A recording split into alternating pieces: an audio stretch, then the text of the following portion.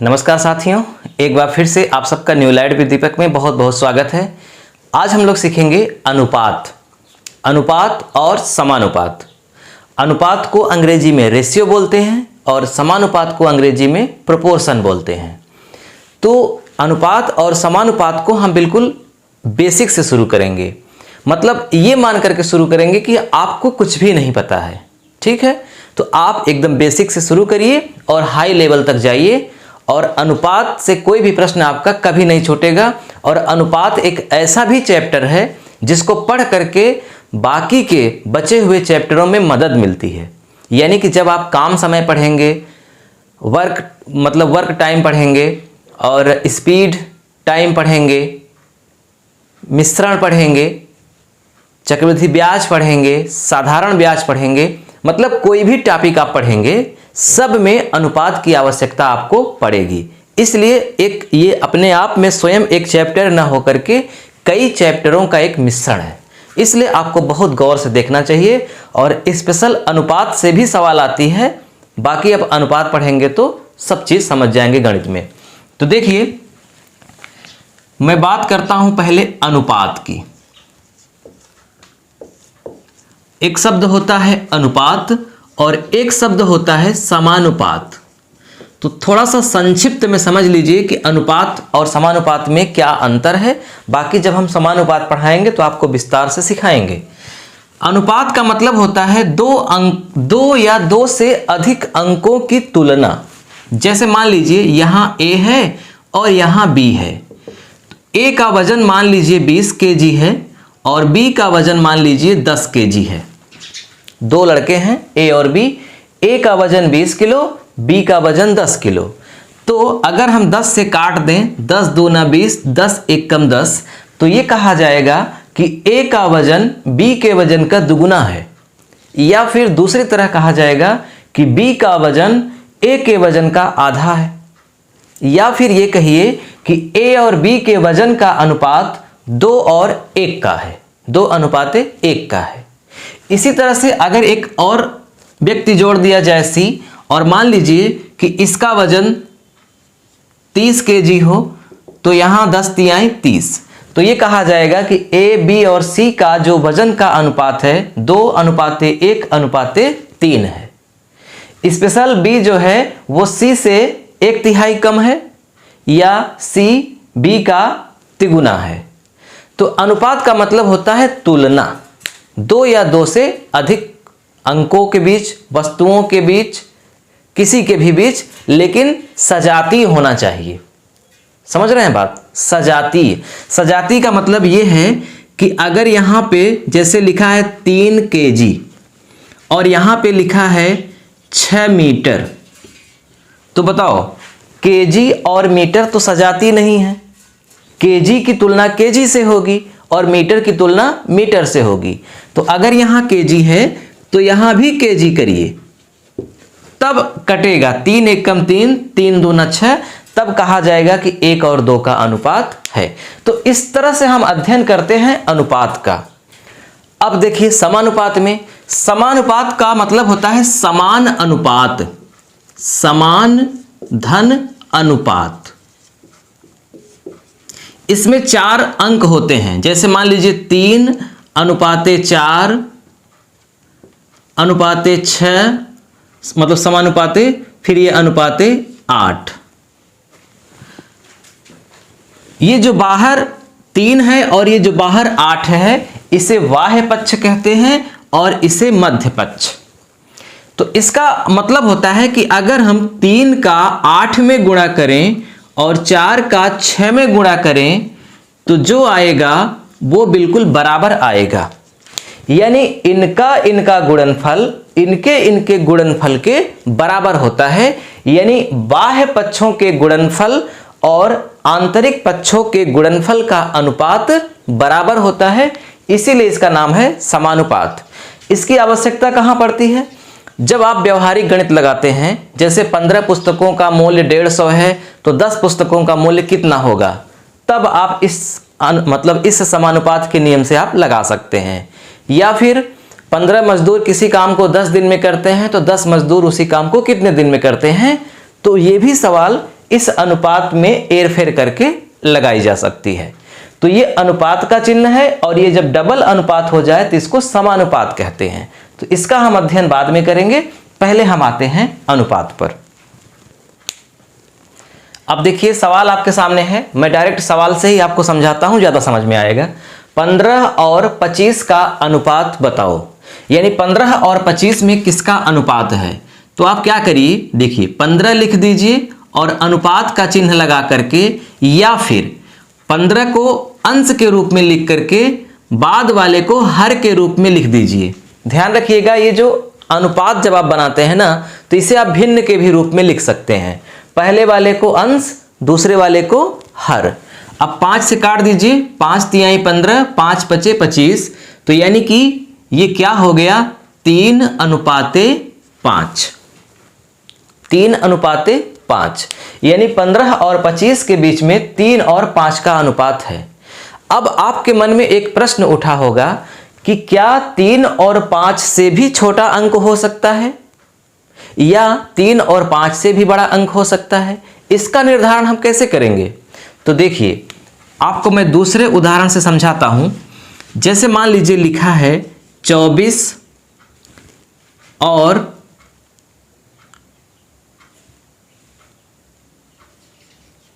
48, मान लीजिए। अब कहा जा रहा है कि 24 और 48 के बीच में क्या अनुपात है। तो अनुपात का मतलब क्या होता है, तुलना, और तुलना छोटे अंकों से की जाती है, यानी कि आप काट पीट करके बिल्कुल छोटा कर दीजिए। तो देखिए ध्यान से समझिएगा, मैं आपको समझाना क्या चाह रहा हूं। जब आप समझ जाएंगे तो आपको बहुत आसानी होगी आगे लगाने में। ये संख्याएं दोनों किससे कटेंगी, किससे विभाजित होंगी। तो आप जानते हैं कि अगर मैं 2 से डिवाइड करूं तो ये दोनों कट जाएंगी।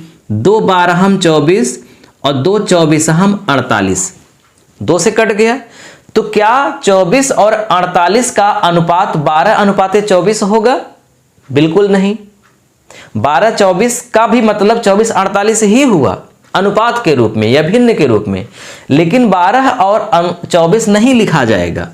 12:24 नहीं लिखा जाएगा, क्योंकि अभी ये किसी और संख्या से विभाजित होगा। हम तब रुकते हैं जब वो विभाजित नहीं होता, जैसे 3 और 5 किसी और संख्या से विभाजित नहीं होगा, लेकिन यहां 12 और 24 अभी विभाजित होगा। किससे होगा? खुद 2 से ही होगा, देखो, या फिर 4 से होगा। तो 4 से कट जाएगा, 4 तिहाई 12, 4 छंग 24। तो अब इसे लिख सकते हैं 3:6, क्योंकि 3 और 6 आया। तो क्या ये सही है अनुपात? नहीं, अभी ये नहीं सही है, क्योंकि अभी भी 3 और 6 विभाजित होगा। किससे होगा? 3 एकम 3, 3 दूनी 6। तो अब क्या ये लिखा जाएगा? 1:2। इसका मतलब 24 और 48 जो है इसका अनुपात होगा 1:2, क्योंकि अब ये दोनों संख्याएं किसी और से विभाजित नहीं होंगी। आप ये न करके आप डायरेक्ट भी काट सकते थे। कैसे? 24 एकन्नम 24, 24 दूना 48। तो जब आपको पता हो बड़ी संख्या को लेकर के काटना, तब आपको छोटी संख्याओं का झमेला नहीं करना पड़ेगा, डायरेक्ट हो जाएगा। लेकिन अगर आप छोटी संख्याओं से भी काटते हैं तो तब तक काटिए, यानी कि तब तक विभाजित करिए जब तक कि सबसे छोटी संख्याएं न आ जाएं, यानी कि दोनों संख्याएं किसी और संख्या से विभाजित न हो तब तक।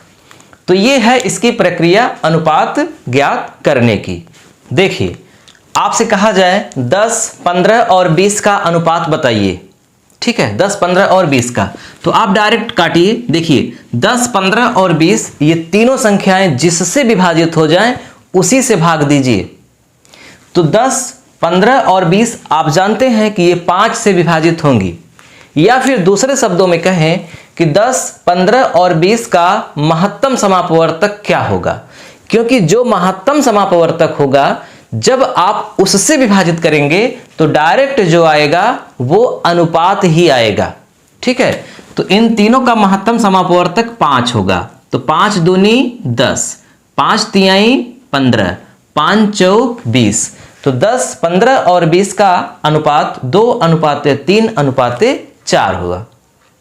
एक उदाहरण और देखिए आप, जैसे मान लीजिए लिखा है 64 और लिखा है 48। 64 और 48, आपको कहा जा रहा है कि इन दोनों का आप अनुपात बताइए।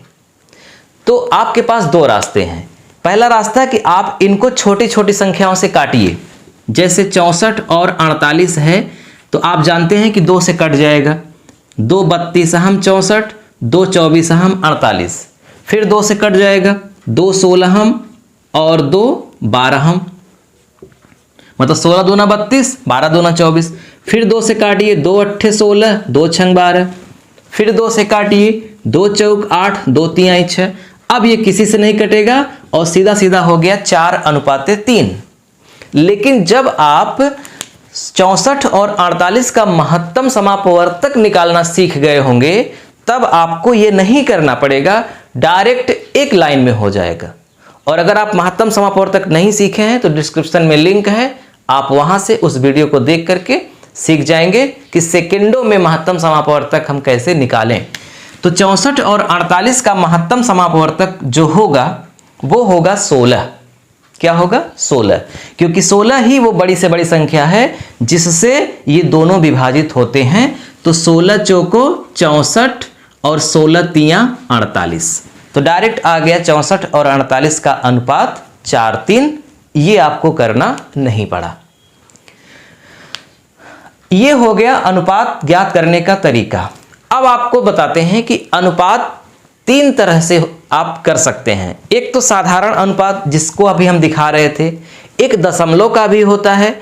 दशमलव में दिया है तब भी उसको साधारण अनुपात में बदला जाता है, और अगर भिन्न में दिया है तब भी। तो कुल मिला के 3 तरह से आपको लिखा रहेगा, लेकिन आपको साधारण रूप से ही करना पड़ेगा। इसी को सरल अनुपात कहते हैं। तो मैं हेडिंग दे रहा हूं सरल अनुपात। सरल अनुपात में बदलें या बदलना सीखें। इसका मतलब कठिन अनुपात भी होता होगा, तभी तो कठिन है, तभी तो हम सरल करेंगे ना। बिल्कुल, मैं 2 उदाहरण के माध्यम से आपको समझाता हूं। जैसे लिखा है 0.5 अनुपाते 1.5। ठीक है, 0.5 अनुपाते 1.5। और इसे क्या करना है आपको? इसे सरल अनुपात में बदलना है, क्योंकि ये कठिन अनुपात है। कठिन अनुपात कैसे? भाई दशमलव लगा है। अगर आप किसी को ये बताओगे कि भैया 2 चीजों का जो अनुपात है वो 0.5 अनुपाते 1.5 है, तो उसके समझ में नहीं आएगा। जैसे 2 लोगों की मैं वजन की ही बात करता हूं, ए और बी हैं। अब आप कहिए कि ए और बी के वजन में 0.5 और 1.5 का अनुपात है। बेशक भले ये अभी विभाजित हो, लेकिन ये समझ में नहीं आएगा कि एक तो अनुपात दूसरा दशमलव, ये कैसे हो सकता है। दशमलव हटाओ तब बात समझ में आएगी। तो यहां पे दशमलव को हटाना ही एक सरल अनुपात में बदलना कहा जाएगा। तो क्या करेंगे इसमें हम? देखिए, दशमलव के बाद जितने अंक हैं उतने अंक दोनों में होने चाहिए, और अगर ऐसा है तो आप ऑटोमेटिक दशमलव को हटा दीजिए। तो ये हो जाएगा 0.5 और ये हो जाएगा 15, यानी एक अंक ये दाहिने चला गया, एक अंक ये दाहिने चला गया। ठीक है, अब यहां 0 का कोई रोल नहीं है। 0.5 का मतलब केवल 5 ही होता है। तो ये 5 अनुपाते 15। अब देखो 5 और 15 का महत्तम समापवर्तक 5 होगा। तो 5 एकम 5 और 5 तिहाई 15। इसका मतलब 0.5 अनुपाते 1.5 जो था उसका सरल रूप होगा 1:3। बात समझ में आ रही है ना? चलिए एक दूसरा उदाहरण देखिए। 1:4 अनुपाते 0.02। मान लीजिए इस तरह से लिखा है। अब इसको आपको सरल अनुपात में बदलना है। तो अभी मैंने इसमें क्या बताया कि दशमलव के बाद दोनों में, या फिर अगर 3 अंक है तो तीनों में दशमलव के बाद अंक बराबर होना चाहिए। अगर बराबर नहीं है तो बराबर करना पड़ेगा। तो यहाँ पे दशमलव के बाद 1 अंक है, यहाँ पे दशमलव के बाद 2 अंक है। दशमलव के पहले कितना अंक है उससे लेना देना नहीं है कुछ भी, दशमलव के केवल बाद ही आपको देखना है। दशमलव के बाद 1 अंक, दशमलव के बाद यहाँ पे 2 अंक। तो जो जहाँ पे अंकों की कमी पड़ रही है वहाँ पे 0 बढ़ा के अंकों की आपूर्ति कर देंगे। जैसे 0.4 है तो आप 0.40 लिख दो, 2 अंक हो गया। और यहाँ भी 0.02 है तो 2 अंक पहले से ही है। यहाँ जो 0.40 आया और यहाँ पे 0.4 है, इन दोनों में कोई फर्क नहीं है। चाहे आप 1.4 कहिए और चाहे आप 1.40 कहिए, कोई दिक्कत नहीं है। दशमलव के बाद कोई अंक है तो उसके बाद चाहे जितना 0 बढ़ा दो, कोई उसका अर्थ बदलने वाला नहीं है। इसीलिए हम बराबर करने के लिए 0 बढ़ा देते हैं। अब जब बराबर हो गया तो अब दशमलव लिखने की जरूरत ही नहीं है, सीधा ये हो गया 140 और ये हो गया, इस 0 का कोई काम नहीं है, इस 0 का कोई काम नहीं है, और ये हो गया 2। जब दशमलव आप नहीं लिखेंगे तो 002 होगा, तो अंक के पहले 0 का कोई मतलब नहीं है, तो सीधा सीधा 2 हो गया। अब ये 2 से कट जाएगा, 2 सत्ते 14, 2 0 में 0 और 2 1 कम 2। तो ये जो थे इसका अनुपात आया 70:1। तो मुझे लगता है कि अब जब दशमलव में लिखा रहेगा तब आप उसे सरल अनुपात में बदल देंगे। ऐसा भी हो सकता है कि दशमलव में न लिखा हो, भिन्न में लिखा हो, तब आप उसे सरल अनुपात में कैसे बदलेंगे तो ये भी देख लीजिए। जैसे लिखा है 1/2 अनुपाते 3/2। पहली सवाल, ये भिन्न है, भिन्न में अनुपात बना है तो इसे हम सरल अनुपात में बदलेंगे। अच्छा, सरल अनुपात में बदलते क्यों हैं? ये मन में प्रश्न उठ रहा होगा, तो अभी आप इसको रखे रहिए यहीं पे। अभी हम आपको केवल सिखा रहे हैं कि जब भिन्न में हो तो उसे सरल कैसे बनाएंगे, जब दशमलव में हो तो उसे सरल कैसे बनाएंगे। अभी आप ये सीखिए, फिर मैं आपको आगे सिखाऊंगा कि सरल इसलिए बनाते हैं क्योंकि जब आप कोई सवाल हल करेंगे और उसमें अनुपात की बात आएगी तो वहां पे सरल अनुपात ही रहेगा, दशमलव या भिन्न नहीं रहेगा। और अगर दशमलव या भिन्न है भी तब आप उससे सवाल नहीं लगा पाएंगे, बहुत कठिन हो जाएगी। तब आपको सबसे पहले उसे सरल अनुपात में ही बदलना पड़ेगा, तब आप कर पाएंगे। इसीलिए हम आपको पहले ही सिखा दे रहे हैं कि जब भिन्न में रहेगा तब भी सरल अनुपात बना लो और जब दशमलव में है तब भी बना लो। तो अब देखिए इसमें क्या करेंगे। जिस तरह से अभी आप सीखे कि दशमलव में अंक के दशमलव में जो होता है दशमलव के बाद अंक बराबर होना चाहिए, नहीं है तो बराबर करो। ठीक उसी तरह से भिन्न में आपको यह देखना है कि दोनों के हर बराबर हों। दशमलव में क्या देखना है, दशमलव के बाद अंक बराबर हों। भिन्न में क्या देखना है, दोनों के या 3 भिन्न है तो तीनों के, या 4 भिन्न है तो चारों के हर बराबर हों। और अगर हर बराबर हैं तो बहुत आसान है, हर बराबर नहीं है तो हर बराबर करना पड़ेगा। तो यहां तो हर बराबर हैं, जब हर बराबर हैं तो कोई दिक्कत ही नहीं है, सीधा सीधा हो गया 1:3। सवाल लग गई, इसका सरल रूप हुआ 1:3। जैसे मान लो दूसरी सवाल देखो, 3/5, 4/5, या फिर मैं यहां पे लिख दे रहा हूं 8/5, 4/5 और 12/5। इनका सरल रूप क्या होगा? तो चूंकि तीनों के हर बराबर हैं तो हर कैंसिल हो गए। 8 4 12, तो देखो 8 4 12, लेकिन अभी ये तीनों 4 से विभाजित हो जाएंगे। यहां पे 1 और 3 किसी से विभाजित नहीं होंगे, लेकिन 8 4 और 12 ये तीनों स्वयं 4 से विभाजित हो जाएंगे। तो 4 से काट दो, 4 दूनी 8, 4 एकम 4, 4 तिहाई 12।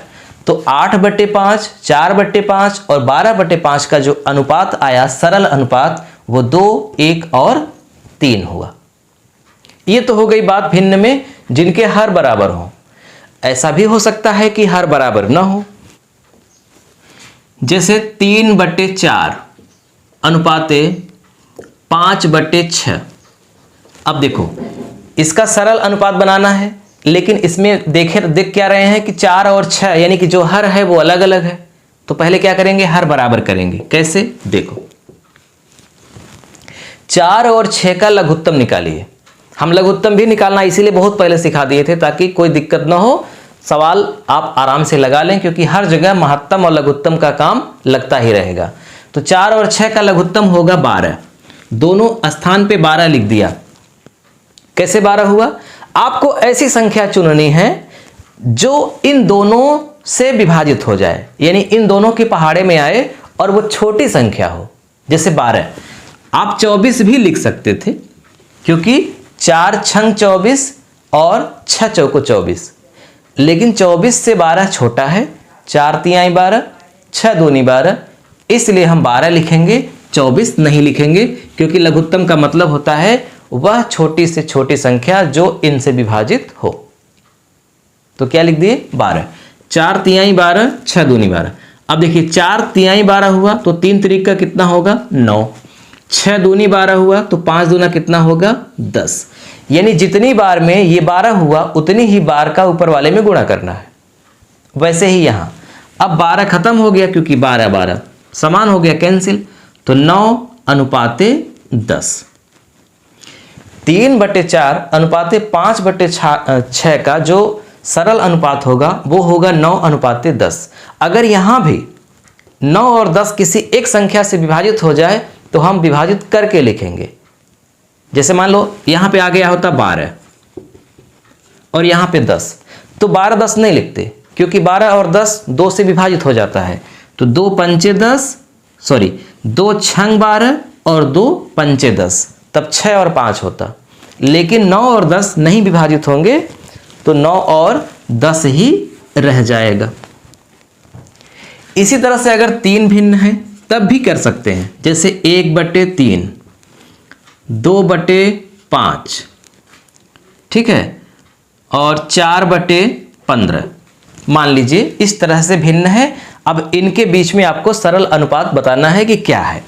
तो 1/3, 2/5, 4/15, इन तीनों का लघुत्तम निकालिए। 3, 5 और 15 का, तो आएगा 15। 3, 5 और 15 का लघुत्तम 15 आएगा, क्योंकि 15 वो संख्या है जो तीनों के पहाड़े में आती है। तो 3 पचे 15, तो 1 पंचे 5, 5 तिहाई 15, 2 तिहाई 6, 15 एकम 15, तो 4 एकन्नम 4, 5, 6 और 4, यही आपका अनुपात के रूप में उत्तर आ गया। अब ये तीनों किसी संख्या से विभाजित नहीं होंगी, इसलिए 5, 6 और 4 ही अनुपात रह गया। तो आज मैंने आपको सिखाया कि अनुपात क्या होता है। 2 या 2 से अधिक संख्याओं के बीच तुलना होती है, और सजातियों के बीच तुलना होती है, विजातियों के बीच तुलना नहीं होगी। मीटर की तुलना सेंटीमीटर से नहीं होगी, मीटर की तुलना मीटर से होगी। और अगर मीटर और सेंटीमीटर का मामला है तो उनको बराबर करना पड़ेगा, ये हम आगे आपको सिखाएंगे। लेकिन अभी आज आप मुख्य रूप से ये सीखे कि हम सरल अनुपात में कैसे बदलेंगे, अगर दशमलव में लिखा है या फिर भिन्न में लिखा है तब। ठीक है, तो अगले वीडियो में आपको अब इसके आगे ले चलेंगे। आज आप क्या मैं जो समझाया वो सीख पाए कि नहीं, इसको जरूर कमेंट में लिखिएगा। और आज आपके लिए एक प्रश्न है, आप नोट कर लीजिए। स्क्रीन पर आपके सामने है, दिख रहा है। ये दोनों प्रश्नों का आपको जवाब देना है। ठीक है, जितने लोग सही जवाब देंगे उनका मैं यहाँ से नाम भी लूँगा। और कल का वीडियो बहुत महत्वपूर्ण रहेगा। आज तो एकदम बेसिक था, मुझे पता था कि आपको ये सारी बातें पहले से पता रही होंगी। कुछ लोग शायद होंगे जिनको नहीं पता थी। चूँकि मैं गणित पूरा पढ़ाने का वादा किया हूँ, इसलिए कोई भी एंगल छोड़ना नहीं चाहता। ठीक है, लेकिन कल से इसका लेवल थोड़ा सा बढ़ेगा। ठीक है, मिलते हैं अगले वीडियो में, तब तक के लिए नमस्कार।